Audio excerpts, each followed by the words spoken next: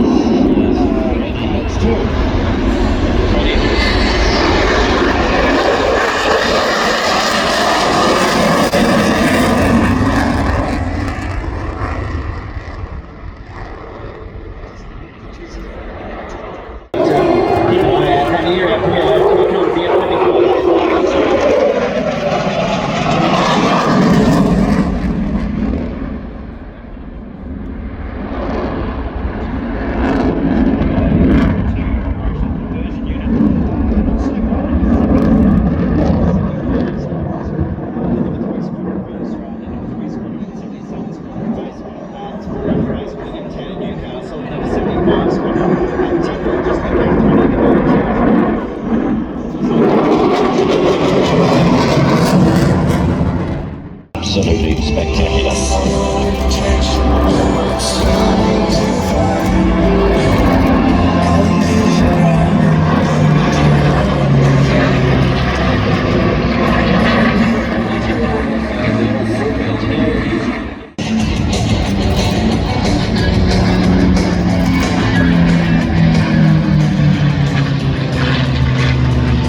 Coordinating this whole display is and a low pass is coming in. Cameras at the ready. Didn't always.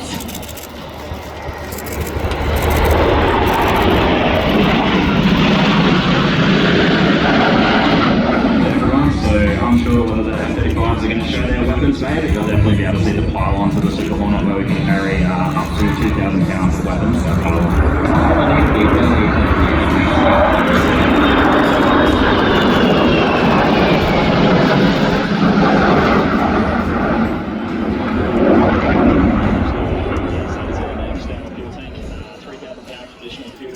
In that tank. Fortunately, we all train to do the same thing, but we integrate together to do it. What's the rivalry like between the two communities? You're smiling? Healthy rivalry, but we're all there to work with each other at the end of the day, so yeah. Ladies and gentlemen, the two F-35s in 1 and 2. Super Hornets on the wing.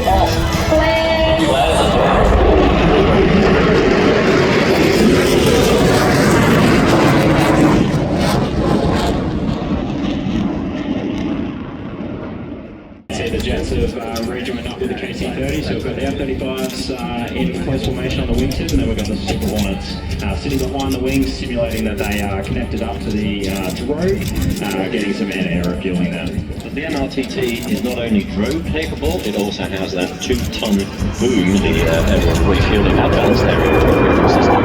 It's a Samsung and massive.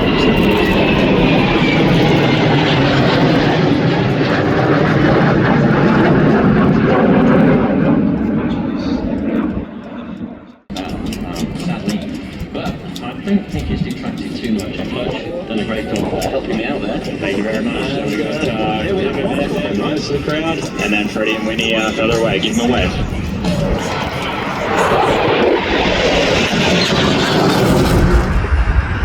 And we literally go from one very impressive aircraft with the sheer power and agility to this, which is a C-17. The power was probably off with C-17.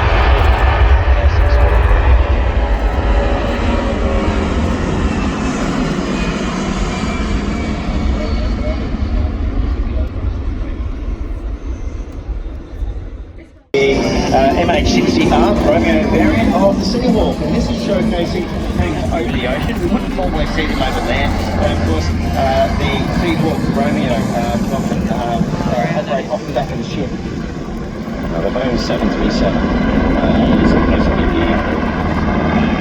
the structure of the P8 Poseidon.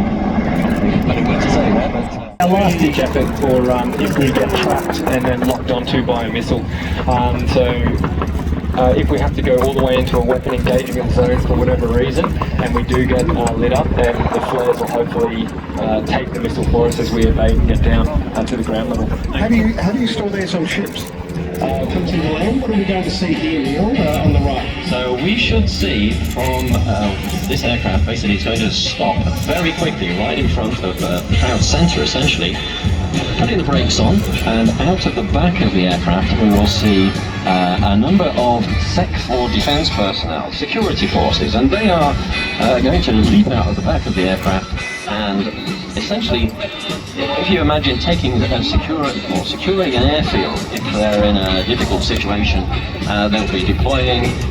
Today there'll probably only be about 6 or 7 of them, but in a real type operation, they fill the aircraft with security force personnel. Remember, this is just a demonstration of what we can do, and they will then secure an airfield in preparation for a larger force to come in a little later on. C-27 basically bridges the gap between the Army helicopters, things like the Chinook, and the larger Air Force aircraft like the Charlie 130 and the C-17 Globemaster. It's airdrop cargo, it can airdrop cargo, it can also drop paratroops. It carries a variety of cargo loads and can conduct aeromedical evacuation of sick or wounded personnel. In service with quite a significant number of countries, including the Italian Air Force, the Bulgarian Air Force, Lithuania, Morocco, Greece, USA, Gambia, to name just a few. Now the Hercules coming in from the right, which is like the older brother of this. They both share electronics and the same engine. And we're going to see the C-130J coming in from the right. And please check out the Kiwis.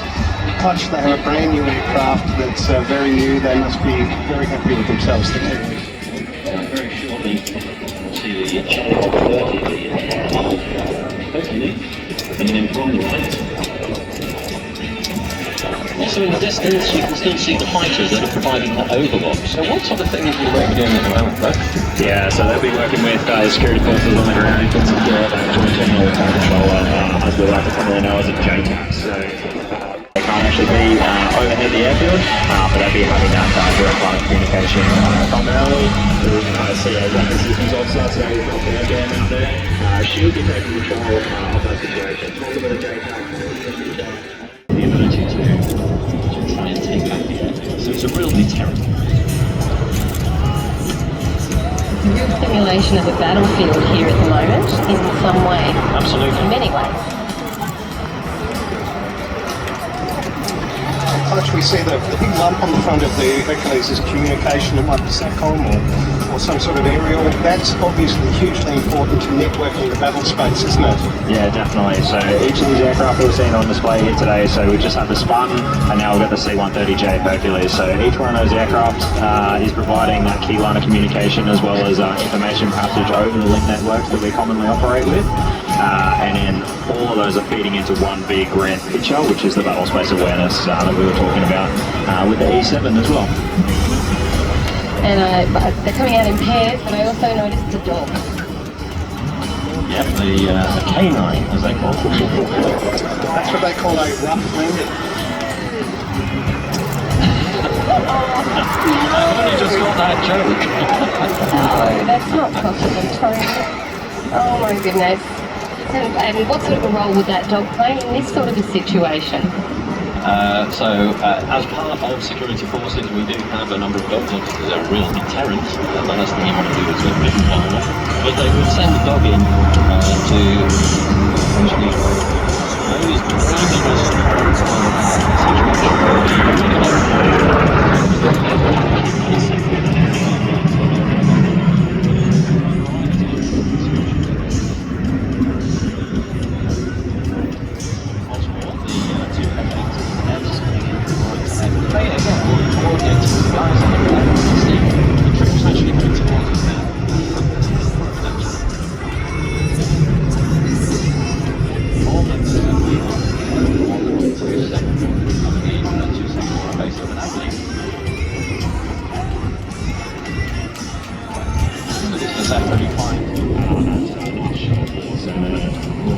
It's a fabulous opportunity to get both the C-17 and the C-27 in in the same shot, ladies and gentlemen.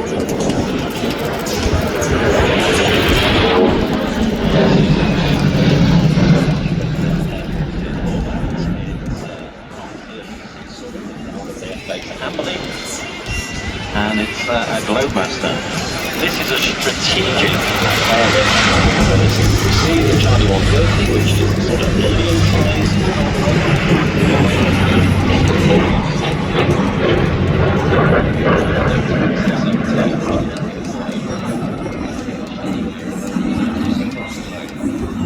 Humanitarian aid, as we were talking about. Just watch once again as this aircraft slows down very rapidly.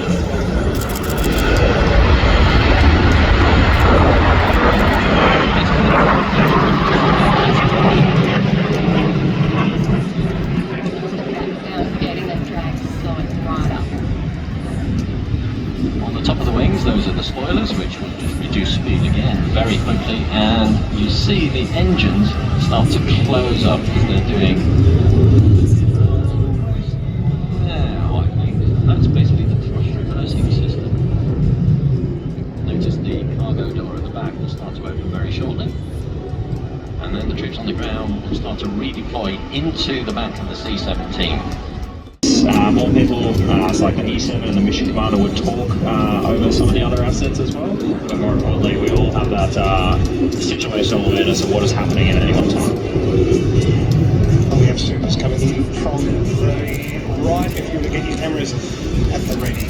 To capture all of this action at once, which is really what this ADF showcase is all about, right? Yeah, that's why we do this every Avalon Airshow, so that we give you a full demo of as many of the capabilities that we have in here. All that, I'll say it again, the order of battle. Which means what exactly? It just means that it incorporates all the aircraft.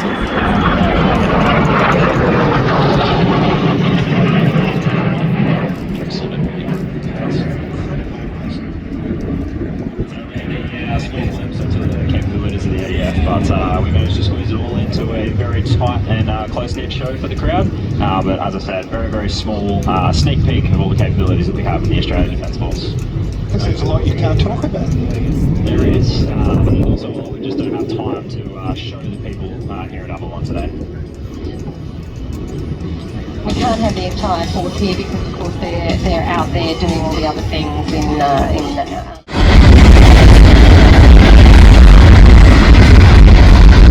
Considering the size of this aircraft, that's very impressive.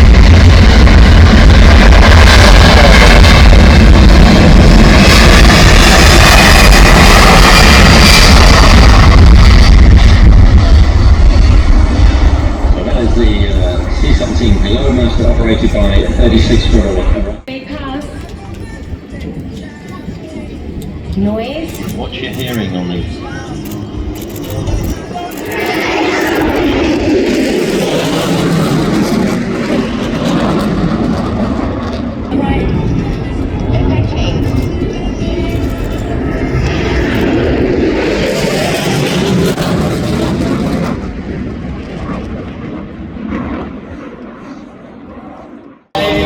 Replacing what would have happened this morning. This second aircraft is entering the taxiway now. That's taxiway Charlie, which is to our right, so the northern end of the runway. Now to help talk us through the complicated manoeuvres that we're about to see. UK aerobatics.